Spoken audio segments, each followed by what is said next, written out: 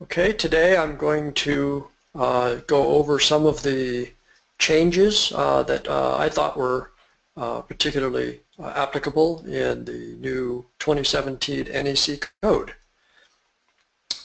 And let's get started. Some of the things I'm going to touch on are just sort of the general changes. A big part of this is going to be the new definitions for PV systems. And then there's a little bit about a change in the overcurrent protection, a new exception in the arc fault section, lots of changes to the rapid shutdown, which we're all wanting to take a look at. Changing the disconnection, wiring methods, and system grounding has a fairly major change. And then minor changes to the interconnection section article, I guess it's called. And then a couple of new articles, 706 energy storage and 710 standalone systems. And then I'll try to answer some questions. I'm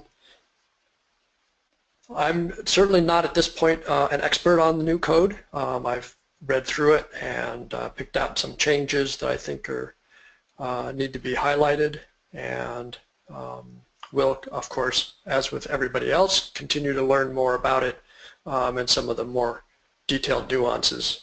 But I'm going to hit some of the big features today. So the whole Article 690, which is solar PV systems, has been fairly substantially reorganized.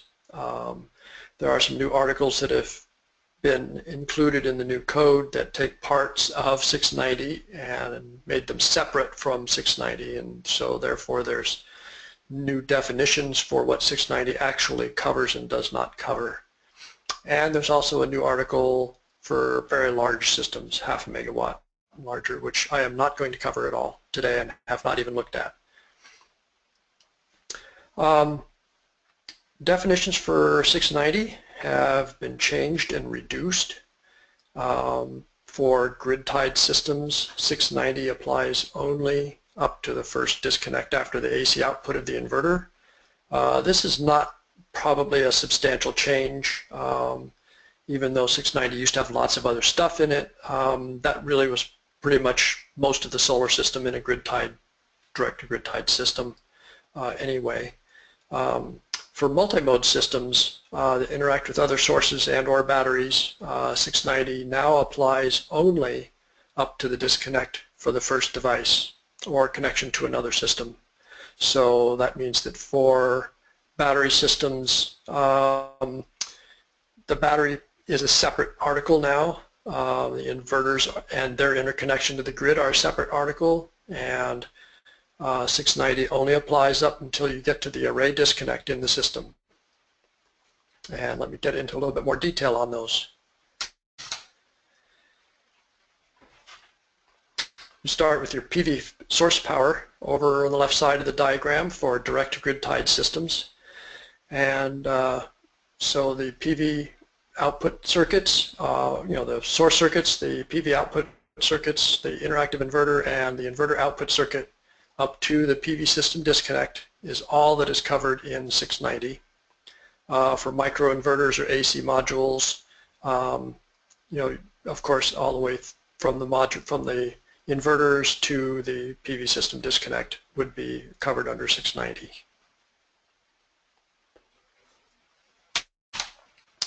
For our standard multi-mode DC coupled system, this would be your Outback and Schneider systems with charge controllers and the like, with battery storage in a grid-tied system.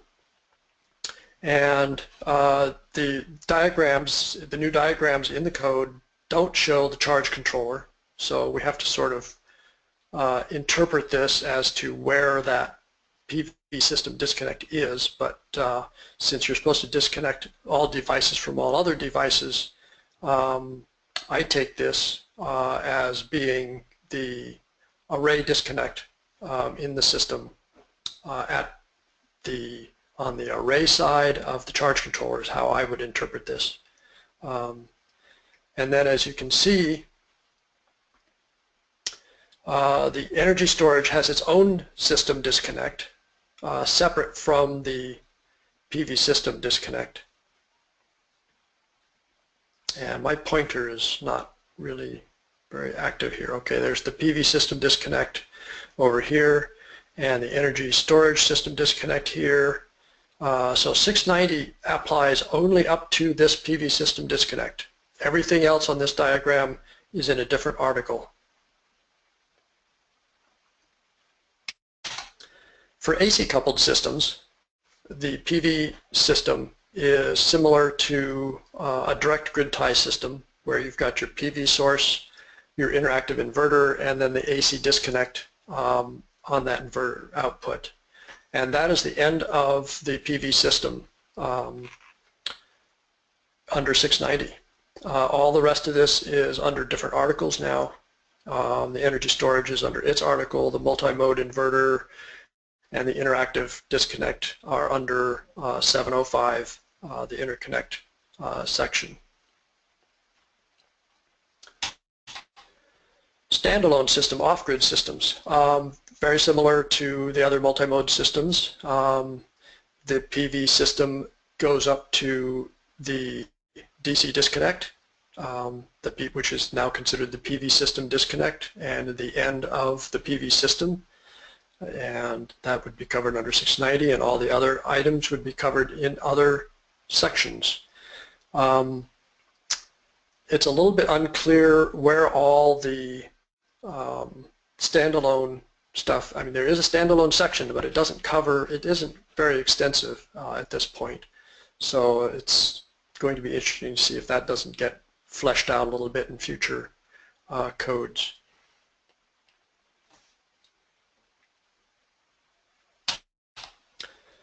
Okay, going into some detail, I'm going to go through the new code in the order that it's written, which means that some of the things that I'm going to talk about are actually not defined until later, it's just sort of seemed like the logical way to do this. If I had had time to really put it in an order where it would have made more sense, I may have done that, but in this case, I will just go through it in the order that I found stuff. And if there's things that don't seem to be very clear here, they will probably become clearer a little bit farther down in the presentation. But I did find that in 690.9 overcurrent protection, as of now, the overcurrent protection is only required in one conductor per circuit. All the overcurrent protection has to be in the same polarity. So if you have overcurrent protection in the positives, all of them have to be in the positive. If you want to put the overcurrent protection in the negative side, they would all have to be in the negative side. I think that's probably pretty logical. But what this means is that you do not have to have overcurrent protection in both the positive and the negative with any inverter. Grounded inverter or ungrounded inverter, or as they call them, transformerless inverters, are all treated the same now. And one of these new terms is going to be functionally grounded, which I'll describe later as to what that means, but basically almost all the systems that we're putting in now are what is called functionally grounded, and any functionally grounded system is going to cover older inverters, it's going to cover the transformerless inverters, they're all going to be the same. There's a little informational note there that you can read if you want, talking about, that's directly from the code, a little informational note basically saying the same thing that I just said. Okay. Arc fault protection really is basically unchanged, except that there's an exception in there now, that if a PV system is not installed on or in a building, arc fault is not required.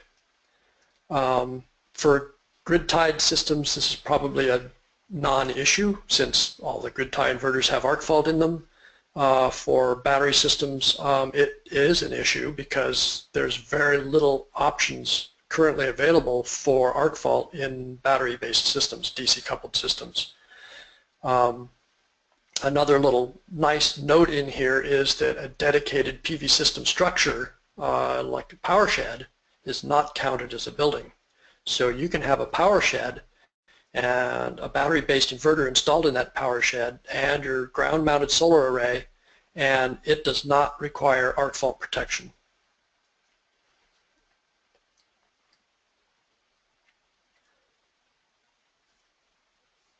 And there's another little note there if you want to read it, something about between the array and the system, you have to have either direct burial or metal conduit in there, which I find interesting. I guess it's similar to the metal conduit requirement in the attic of a house or going into a house.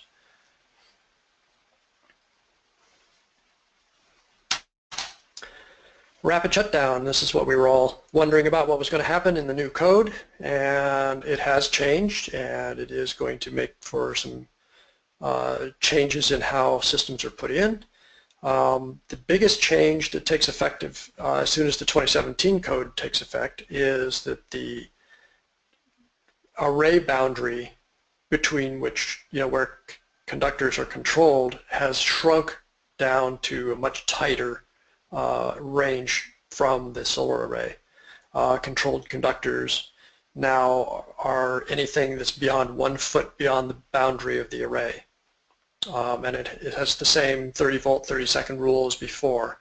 But whereas you used to be able to go 5 feet into a building or 10 feet from the array, is now 1 foot from the edge of the solar array. Any conductors are going to be the controlled conductors. For a lot of systems, this is not going to change anything because generally your rapid shutdown device was mounted right at the array anyway.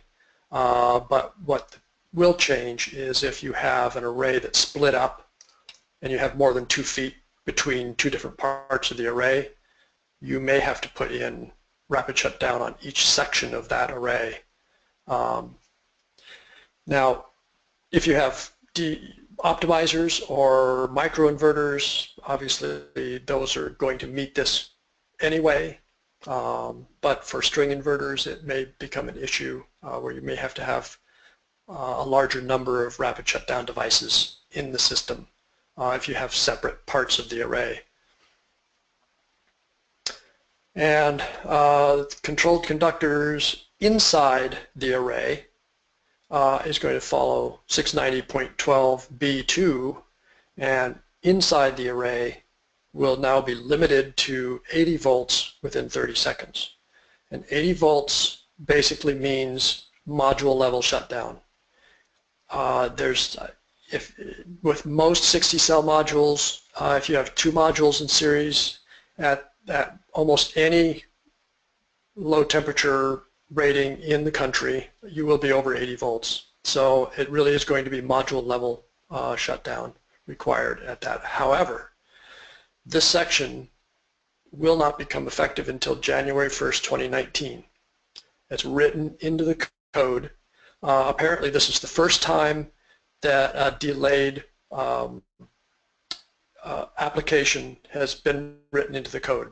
And I think it serves a great purpose because it's written in the code, it's written in stone, and I mean, unless something really interesting happens. So it gives the manufacturers 2 years to come up with solutions to meet this section. It gives them the certainty that it's going to happen. It gives them the timeline to do something about it. 2 years might be a little bit short for doing that, but they've got at least a little bit of time, so we don't have quite as much chaos as we did when the 2014 code was put into effect, where we don't have that equipment, how can we do it, and all this stuff, which really causes a lot of issues for a lot of people, both inspectors and installers. So January 1st, 2019 will be the soonest that module level shutdown is required. In the meantime, we only have to shrink down the boundary of the array down to 1 foot and meet the rapid shutdown pretty much with the same equipment that we're using now. And there's some stuff about labeling that may change, but I think most of the labeling changes, I didn't really look at that very carefully, so don't know yet. Disconnection has changed some, DC disconnection. They now have a term called isolate. Actually, it's not a new term particularly, but they're now saying that you have to have the ability to isolate all devices from conductors that are not solidly grounded. Now, basically it means everything. The number of systems that are going to be solidly grounded are minuscule, oddball, standalone systems in the middle of nowhere is probably about the only systems that are going to be solidly grounded. So basically, you're going to have to be able to isolate all devices from all conductors. Here's the change, is that for circuits rated less than 30 amps, you can use non-load break devices, and those can be your MC4 connectors, they can be fuse holders. Disconnects are not required for isolation on circuits less than 30 amps. We'll see what the ramifications of that are. You know, for simple grid-tied systems where you have an inverter with 2 separate MPPT channels and 1 string going to each, there's may only be 1 disconnect required, which is pretty much what we do now. In some cases, you would be able to put 2 strings together and still not have a disconnect, except for the main DC disconnect, which is still required. But in order to do so and stay under the 30 amps, if you're using the full NEC rating on a string, which is the 1.25 multiplier twice, the module short circuit current is going to have to be under 9.6 amps in order to stay under the 30 amp circuit rating. At least that's my interpretation. And that is reached at somewhere around 285 watt modules. There's a few modules that are a little bit bigger than that that have a lower short circuit current. But there are some that when you get to 285 watts are over 9.6 amps short circuit current. So that may or may not be a consideration. For circuits over 30 amps, a disconnecting means is required for the isolation. What I interpret that meaning is that if you have a combiner on the roof, that is going to have to be a disconnecting combiner if you have more than 30 amps going through it in each circuit. And circuits with inverters that are transformer based or transformers are now treated the same. So and in 690.15d, both the positive and negative conductors that are not solidly grounded, which basically is almost every system we do, must be disconnected. So that means everywhere that you have a disconnect, it has to be a 2-pole disconnect, disconnect both the positive and the negative. And that, I believe, is going to include battery systems, in which your array disconnect is probably going to have to become a 2-pole breaker or disconnect. So that may change how those systems are put together. Have to find a little more room in your power panel.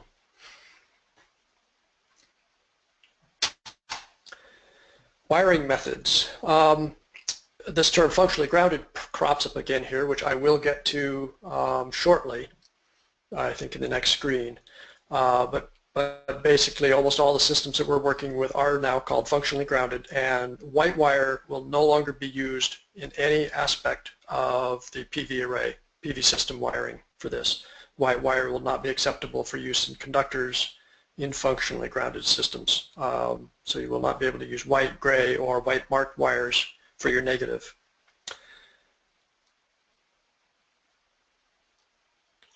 The section 690.35, the ungrounded PV system section, is gone. They've taken that completely out of the code. There is no longer any difference between transformer or transformerless inverters. They're treated the same. And what that means is, since that section was the section that required PV wire is that PV wire is no longer going to be required. It now has 690.31C1 applies, and that section allows USE2 wire. So USE2 wire can be used again in all systems. And probably, since you can't use white wire, the conductors, both positive and negative, are going to have to be a color. Some color, standard code color, you cannot have white, gray, or green, or yellow striped green, of course, in an ungrounded conductor. So positive and negative can be any of the other colors. I suppose positive can be black or red, and negative probably black. And so the standard red positive, black negative is now probably going to be the standard. Of course, you can just leave the positive black also, although it may be good to mark it with red to distinguish it from the other, from the negative. Multi-conductor wire for outdoor locations must be listed for the use. That's mostly applicable to microinverters. The trunk cables will have to be listed for their use. Once you're in conduit, I don't believe that applies because it's not multi-conductor jacketed wire anymore. The grounding, they're introducing the term functional grounding. This is new to the code completely, and it is basically what we've been doing for quite some time. But the code is now, they've now decided that a functionally grounded system is different than a solidly grounded system. I mean, it always has been in reality, but now they're actually going to write it as such, and so that the inspectors can actually have a little bit easier time of figuring out what's a grounded conductor and what's not a grounded conductor. So functional grounding is where a grounded conductor and earth is bonded through a resistor or a device that can be opened during a wiring fault. So basically the ground fault protection breakers that we use in battery systems, the fused GF ground fault protection in inverters, all have a resistor or a device that can open that grounding bond. And so that is now called a functionally grounded system, functional grounding. And by doing that, they are able to do away with the difference between the transformer and the transformerless inverters. They can now be the same thing. Makes it easier for the inspectors. They don't have to well, what kind of inverter do you have? They don't have to deal with that anymore. They don't have to know. It's just an inverter. A solidly grounded system is where there's an unbreakable bond between the grounded conductor and ground. This is like what used to happen. This is what happens in AC wiring, in a house. That's what used to happen in solar systems before we had ground fault protection. Where there's a wire or a connection between the negative and the ground. So there are still solidly grounded systems in some circumstances. But they're not going to be very common. They won't be able to be connected to a building in any way, and they're limited to how much power and voltage and stuff like that.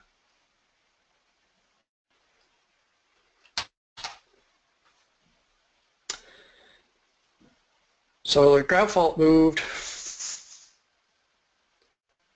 to 690.41b.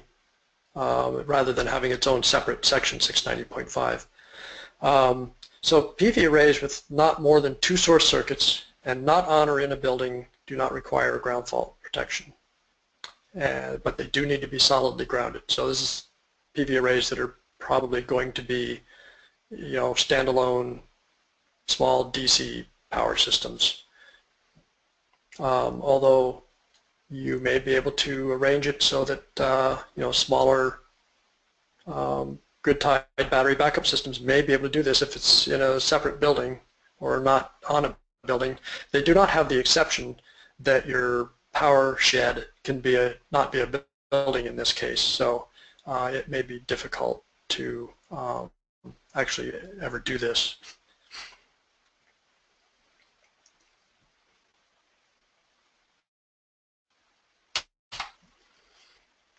Sections 7, 8, 9, and 10 have been moved to different articles. So this is connection to other sources, moved to Article 705. That happened in the 2014 code, so you're already familiar with that, unless you're not on that code yet. Section 8, storage batteries, moved to Article 706. Sections 9 and 10, systems over 1,000 volts and electric vehicle charging, are covered in other parts of the code. The systems over 1,000 volts, it's got a section earlier in the code, and also there's a little bit just sort of mixed in with the rest of the code regarding that. And electric vehicle charging is apparently covered somewhere else. I didn't even look that up. Interconnection, the only change here that I really found, a couple of changes. One is that it allows center-fed panels to apply the 120% rule if the solar is connected to one end of the bus bar. And 705.12d6 has been removed. That was where it said that you had to have arc fault on the AC wiring for microinverter systems. That was a big problem because there were no arc fault breakers that would work there. So they've just clarified that and said, okay, you don't have to have arc fault in this wiring anymore. Take that out, make it clear. There's even some movement to have that retroactive into the 2014 code. I don't know what the status of that is.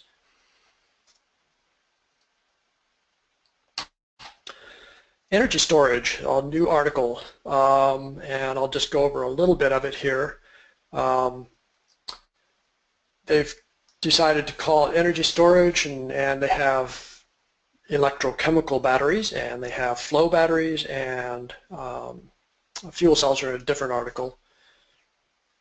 So they're sort of making this applicable to other potential energy storage means rather than just calling them batteries.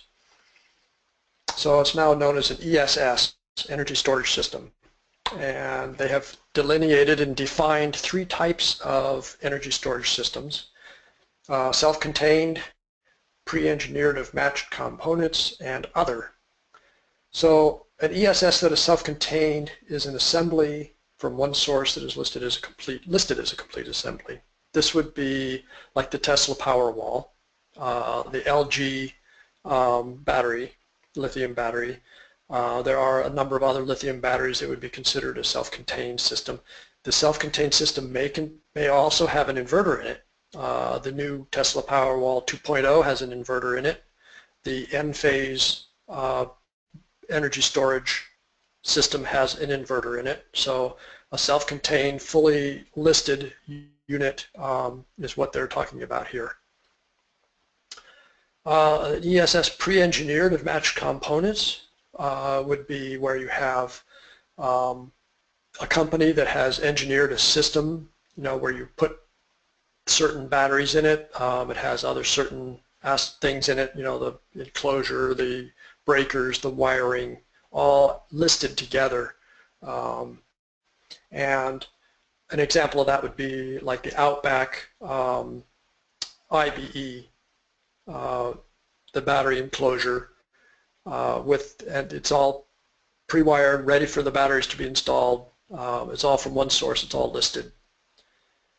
And the other one, ESS Other, of course, is where you field install and match the components, the batteries, the circuit breaker boxes, the enclosure, the inverter. All this would be considered an other type system. In the other type systems, all the components other than the lead-acid batteries must be listed. They say that probably because there are no UL listed batteries. They are often UL recognized but not listed. And so they really do need this exception in there because you're really not supposed to use recognized products in a system. You're supposed to be a UL shop in order to use UL recognized components. But since there are no UL listed batteries, they've accepted those here so that you can use them in this so long as everything else is listed for the purpose. Of course, some of the lithium battery systems are listed, but they're also probably in pre-engineered or self-contained type systems.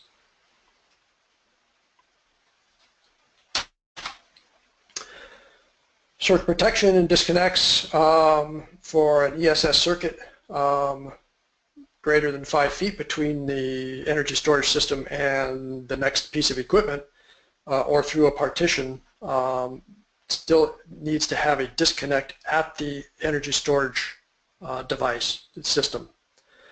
This was actually in the 2014 code. It still applies.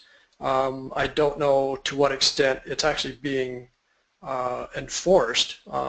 Apparently not a lot because I don't get very much call for it, but I suspect that it is going to start being enforced where if you have, your battery rack or your battery enclosure and it's more than 5 feet away from your inverter power panel, you're going to have a disconnect on the battery system.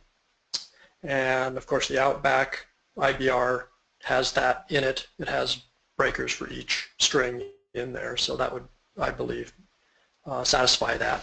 But for other battery systems, you may end up having to put disconnects, and they do have to be circuit protection also. So it's either a fused disconnect or a circuit breaker on those, and that is going to cause a few issues.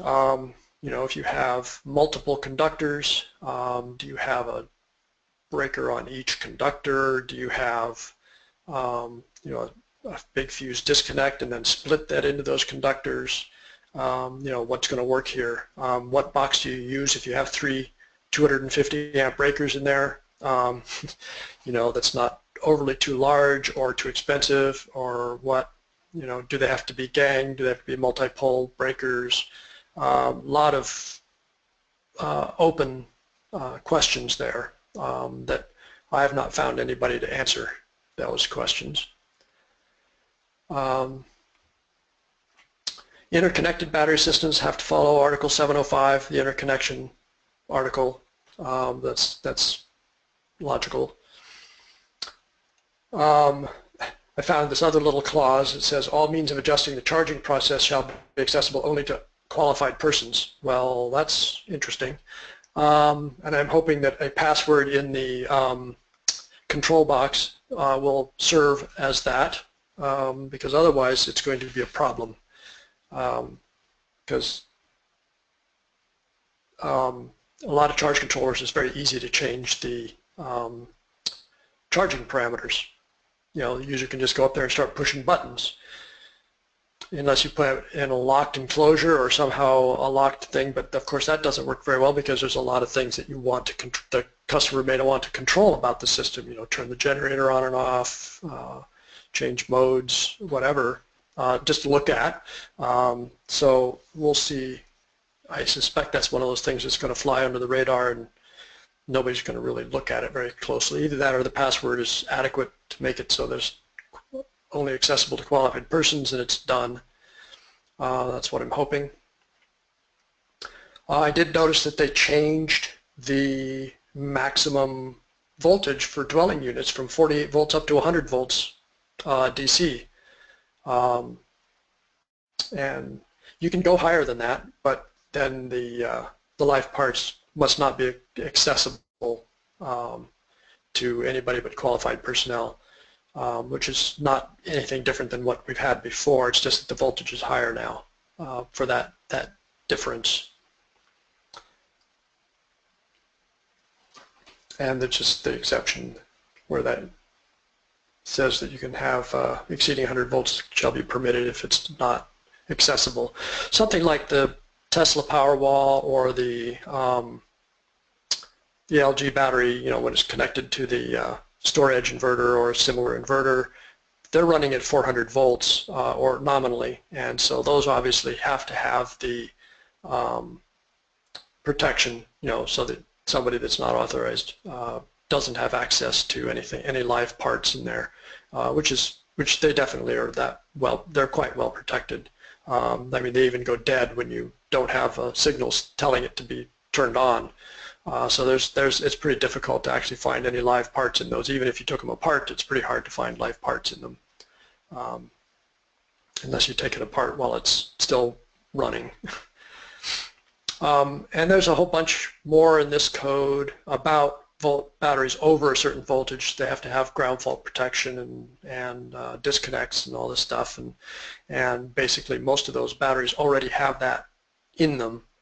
So it's not really something that you have to be overly concerned with, because it's sort of the standard. You follow the instructions, you've got it all anyway.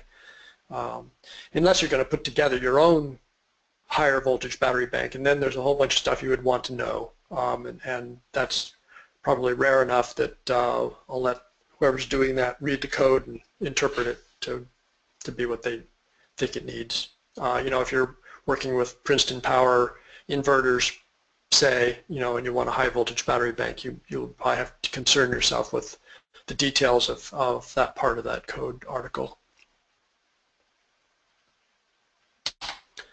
Standalone Systems, basically they took 690.10 and made a new article out of it, 710, and as far as I can tell, there's virtually no changes to it. So that's still, everything that was there is still applicable, and there's nothing apparently much new there. So I got through this pretty quickly here, and I'll let Hannah jump in, and if there's any questions, you can type those in, and I'll try to answer them. I also have available a copy of the code that I think I can put on the screen if we get into some details, and then there's some additional resources here. I think Hannah will describe those to you. All right, great. Thanks, Brad. Yeah, we can start off with some questions. So anyone who has any questions, feel free to type those into that questions box, and we'll get through what we can. All right, Brad, we'll start off with the question, can you please define multimode? Okay, a multimode is an inverter system where you have more than one source of energy or power. So if you have a battery that can produce power into the system, if you have a wind generator into the system, hydro into the system, fuel cell, then that's called a multimode system also, where it can produce power after it's disconnected from the utility and still continue to produce power for backup loads. Any of those things added to a system makes it into a multimode system. All right, our next question we have, would that be module manufacturers or inverter manufacturers for the rapid shutdown at module level? That's a good question. Whoever does it. There are some module manufacturers that are starting to put module level monitoring shutdown devices on their modules. Not very many yet. But you can also have, of course, retrofit devices that go on the module that may be manufactured by the inverter manufacturers. I doubt very much if the module manufacturers are going to manufacture these. I think they're going to either buy them from another manufacturer, you know, more of an electronics manufacturer, and integrate them into their JBox, like the Tigo and the like, or they'll just, you know, let you find a device, third party, that you can put, you know, retrofit to that module. I would not expect to see the module manufacturers to do this, other than just the integration into their JBox.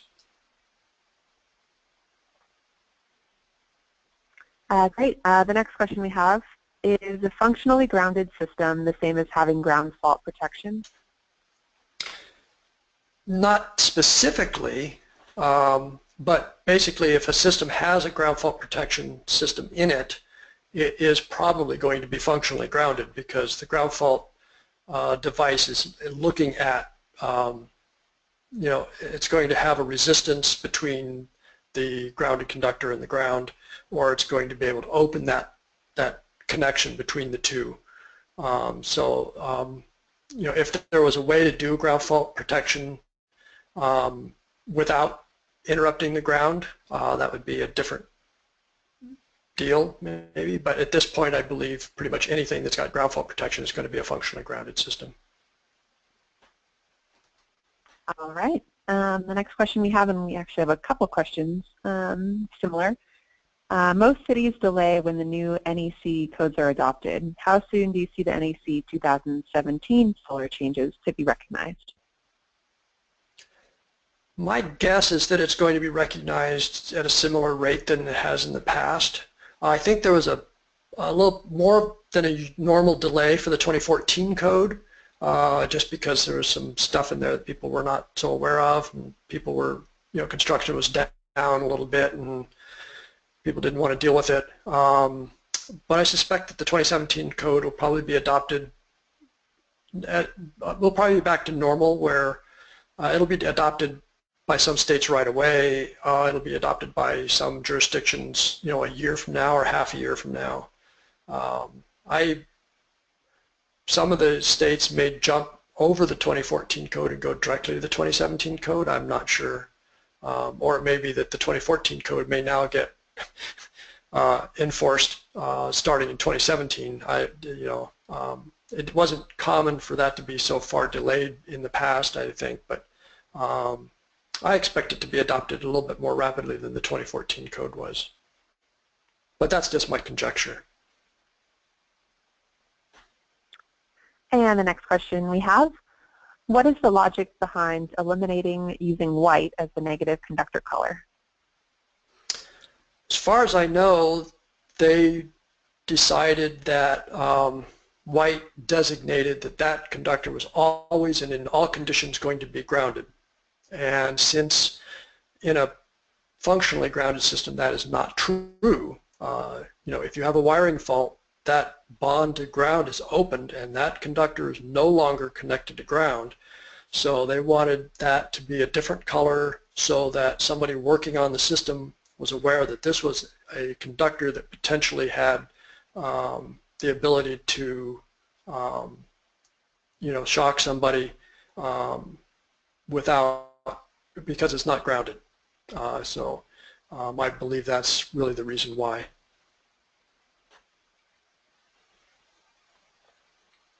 Thank you. The next question we have, will PV wire still be required for 1,000 volt systems? That's a question I don't know the answer to. I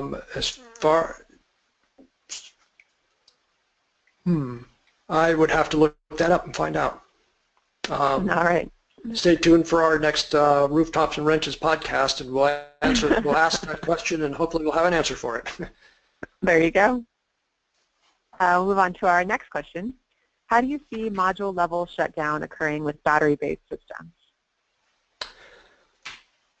That's a good question, and I expect that we're going to see third-party devices that get retrofitted to the module and have a signal from the actuator button that actually shuts off each module up on the array.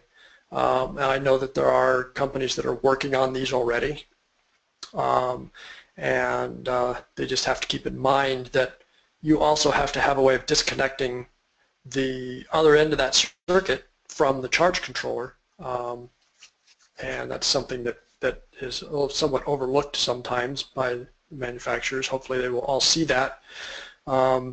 So it's going to be a little bit more than just disconnecting the module. They will also have to disconnect that circuit at the other end of the charge controller. Some of the current rapid shutdown systems for battery systems do have that now. They're just going to have to extend that so that instead of a disconnecting combiner on the roof, they'll have a disconnecting module level device. And I expect that these will end up being fairly small and fairly inexpensive devices by the time we get it all ironed out.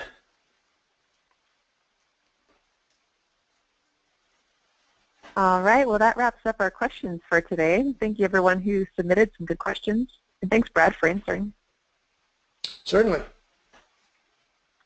All right, so as you can see on Brad's additional resources page, we have a few options for more information for you. Our YouTube channel called AEE Solar hosts all of our old webinars along with some of our supplier presentations and past dealer conference presentations. So really worth going out there to check on what you might have missed. And second there is the podcast, Rooftops and Wrenches. Like Brad mentioned, we cover a lot of these same topics, but a little more in depth in the podcast. So, you know, check it out. We have a couple options there to access and listen to them. You can find them on our website as well. And really interesting and some fun questions there that we get to.